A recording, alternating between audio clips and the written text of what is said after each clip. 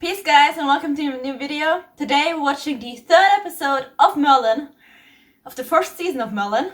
So without further ado, lean back, kick up your feet and let's go jump straight into the episode. Let's go. Hi Nimueh. I absolutely love Nimueh's eyes. She has so awesome eyes. It's not normal. Her eyes are insane. I love them.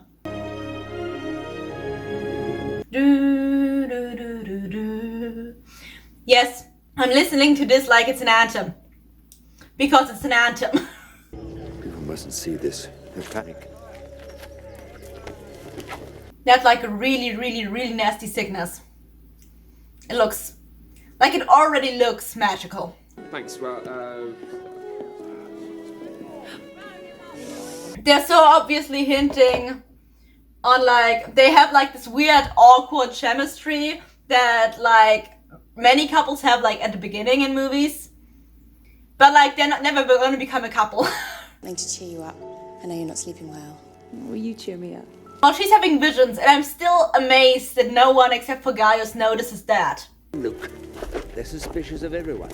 This is not the time to be using magic. Yeah, it definitely isn't. Like, I'm really happy that Merlin has Gaius for now, because he would just go around using magic and would be caught like every second. Magic corrupts. People use it for their own ends.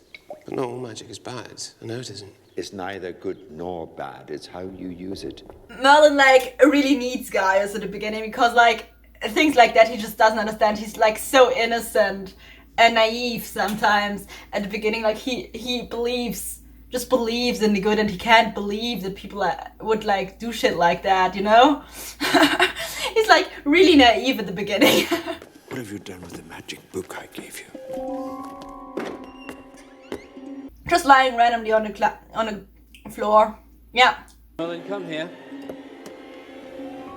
Look what I found. I love how he has this eerie music, and then I found a place where you can put things. It's called a cupboard. that's awesome. And we thought he found the book, but like he didn't. I love how we did like slow-mo in that moment. It was so like, it gave this whole thing so much drama when that didn't need to be drama. Your time will come. I could cure that man we saw. I know it's tempting to use the way you find easiest, Merlin. It is when it would save a life. It's no good just saving one person. We have to discover how this illness is spreading. Like, I totally get both their points. Like, Merlin is like I can do something, and you want me to sit here and do nothing.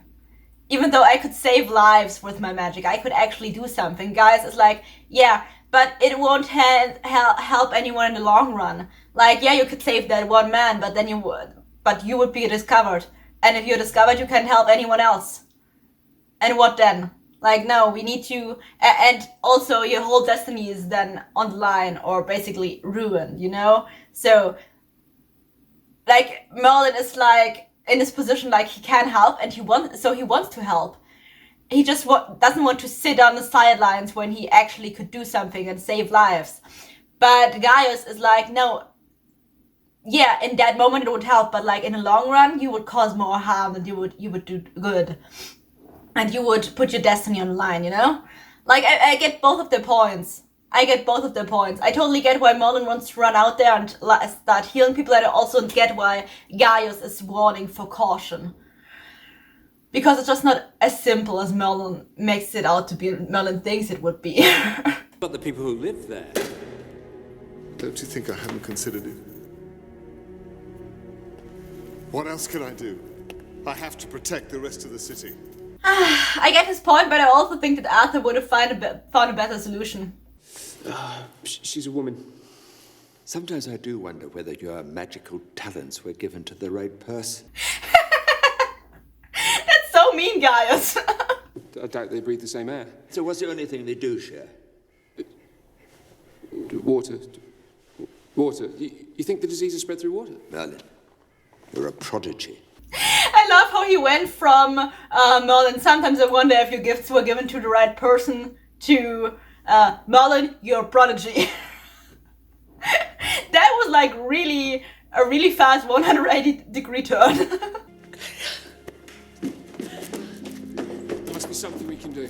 My best. Let's hope that this can provide some answers. But that'll be too late for Gwen's father. I fear you may be right. Which puts Merlin on a struggle again, like, is Gwen's father really worth keeping his secret?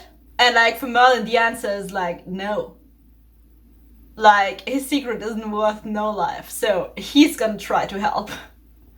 And therefore, but he's gonna make things worse for Gwen. By the way, I find it like really hilarious that like Uther actually thinks that a sorcerer powerful enough to do all that would be caught by house searchers. I think it's really hilarious that Uther thinks that. Like, he has a really big power boner. Like, he really thinks that he's much more powerful than he actually is.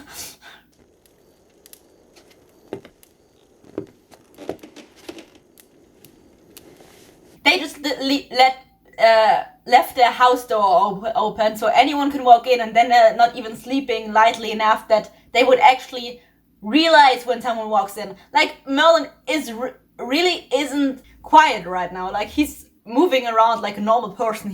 There are even like floorboards cracking and shit, and no one wakes up, and they left their door open. Like, anyone can get in there and just kill you or rob you or what the hell.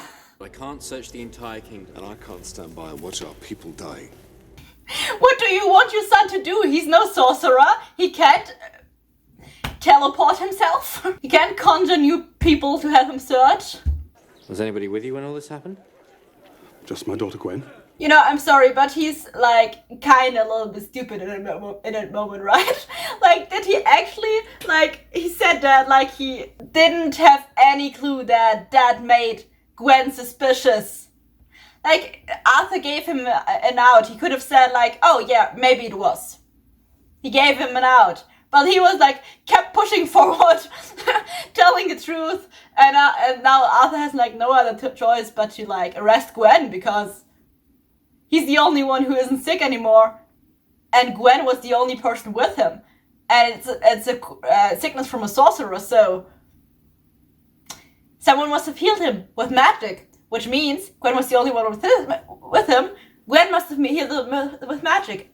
Ergo, Gwen is a sorceress.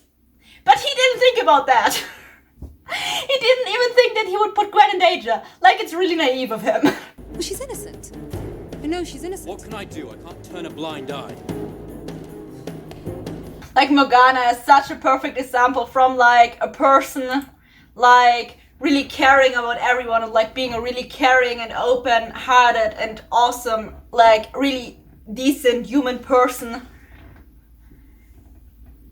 Like, she right now in season, and like she really cares about people. She really wants to help. Like, she's a really open person. She's a really friendly person, a really good person, you know. And then turning bitter. Like, it's so awesomely executed in Merlin how this all really good, deep down to the heart, good person turns darker and darker and darker and gets pushed over the edge. And then is too bitter to come back from that. How she gets more and more bitter and bitter and bitter, and what pushes her over those edges. It's really awesomely executed, I think. Undo this enchantment. Put an end to this contagion. I can't. I can show you no mercy. I am not a witch. I don't know how to stop the illness. If you will not undo your sorcery, you forced my hand, and I must find you guilty. I'm sorry, but like, he would have sentenced her to death either way, even like if she would end the enchantment, because she's a witch. Like, for him, there's no good or bad magic or good or bad witches. There's only magic, and it's all bad. Everyone who uses it. Why would she kneel on a cold stone floor morning after morning when she could make these things happen with a snap of her fingers? Like an idle king. I love Morgana in the first season. It would be where the punishment fits the crime. She's played with fire, and sadly she must die by fire. I hate this dude so incredibly much. Sorry. Don't spread hate, spread love. But still. Uther's just like, he's getting my temper up. He's I don't like him. I really don't. He's a very, very well-designed villain. Thank you What for? for coming to see me. She's such a pure heart. Thank you for coming to see me. I'm not going to let this happen. And she's like, what can you do? You're just a servant. I love that she actually like has no idea till like the end of Merlin. Gwen is not the sorcerer. I am. Father, please, I can't allow this. This is madness. There's no way Merlin is a sorcerer. There's no way Merlin is a sorcerer. I love that. Because he actually believes that till the last episode of Merlin. And it is hilarious because Merlin is a sorcerer and Arthur just doesn't notice it the whole fucking time. Like Arthur, Merlin just literally said, and Arthur's like, no, Merlin's not no sorcerer. It is hilarious. He's got a grave mental disease. He's in love. What? With Gwen. Arthur's saving his ass right now. I am not. Yes, you are. No way. I saw you yesterday with that flower she'd given you. But I'm not in love with her. It's all right. He's saving his ass right now. Merlin is a wonder, but the wonder is that he's such an idiot. There's no way he's a sorcerer. I love that because he actually 100% believes that, and he's so absolutely certain of that, and it's exactly the opposite. Like Merlin actually told the truth right now. But even when I told him I was a wizard, he still couldn't see it. Sometimes it's pretty hard to spot. Well, maybe I should go around wearing a pointy hat. I don't think you'll find one big enough. Oh my god, I love this sentence. Maybe I should go around wearing a pointy hat. I'm sorry, but pretty sure even if you would like walk around wearing a pointy hat, Arthur wouldn't notice that you were a wizard. I love it. Because like I'm pretty sure he doesn't want to see it, so he doesn't see it, you know? You cannot do this alone.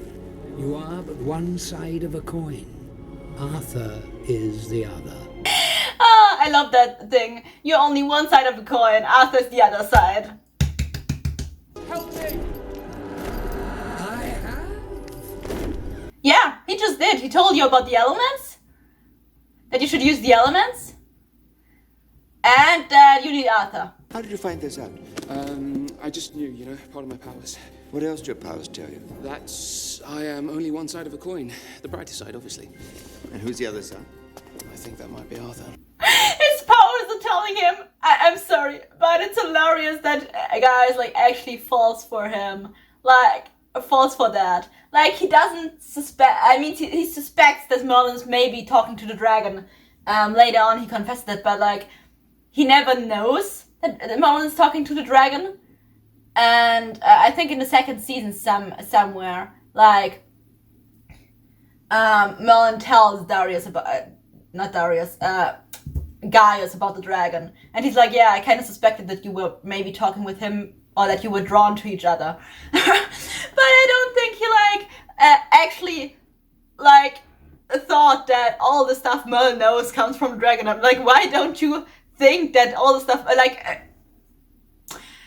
as if Merlin's powers are telling him information. That's not how his powers work. Sadly, the age of gallantry seems to be dead. You look around and all you see are small men, not big enough to fill their eyes. I love her. There's not one of them that's able to stand up for what is right. What do you want me to do? She's so good, I love her. She knows exactly which buttons to push. Let's go fight the Abbot. I'm telling you, Morgana, turn back. You could get hurt. So could you. If you don't get out of my way. Yeah, she's not playing damsel in distress. That's just not Morgana. Well, good that it attacked Arthur, because, okay, Merlin could have defended himself, but what about Morgana? I know she's pretty good at defending herself, but, I didn't see a sword with her. Arthur, use the torch!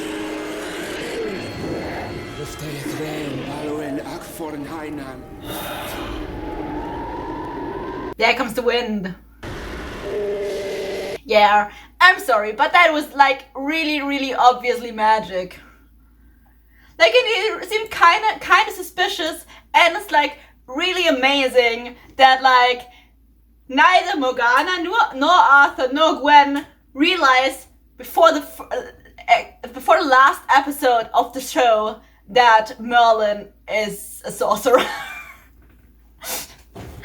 Like it's really a miracle that they don't. I found this at the water source. It bears the Mark of Nimueh. Yeah. You know her, don't you? Will I never be rid of her? Well, probably not, since I'm pretty sure you betrayed her and slaughtered her kind, so after she did a favor for you. So, that's kinda on you, darling. You have no idea how hard it is to keep this hidden. Well, you can continue to deny it, but I think Gwen's a very lucky woman. Gwen? You see? Like, it's a fucking miracle that no one notices that he's a sorcerer till the last episode of the last season. It really is a miracle. Or in Morgana's case, I think it's the episode before the last episode. Like, it's the episode before the last episode that she notices. But still, like, till the end of the last season, like, no one notices. It's at least no one of the main cast, you know? It's kind of a miracle, I would say. One day. One day what? One day, people won't believe what an idiot you were. Absolutely. Merlin, you will pay for this. That was the third episode of Merlin. I hope you liked it. I actually liked that episode very much, but like the next episode is one of my absolute favorites. So I really hope that I will see you in the next episode again, because it's one of my absolute fucking favorites. I'm gonna be fangirling throughout the whole next episode, you know? And gonna be super excited. But yeah. So till the next episode, or maybe even till one of my next videos. Bye guys!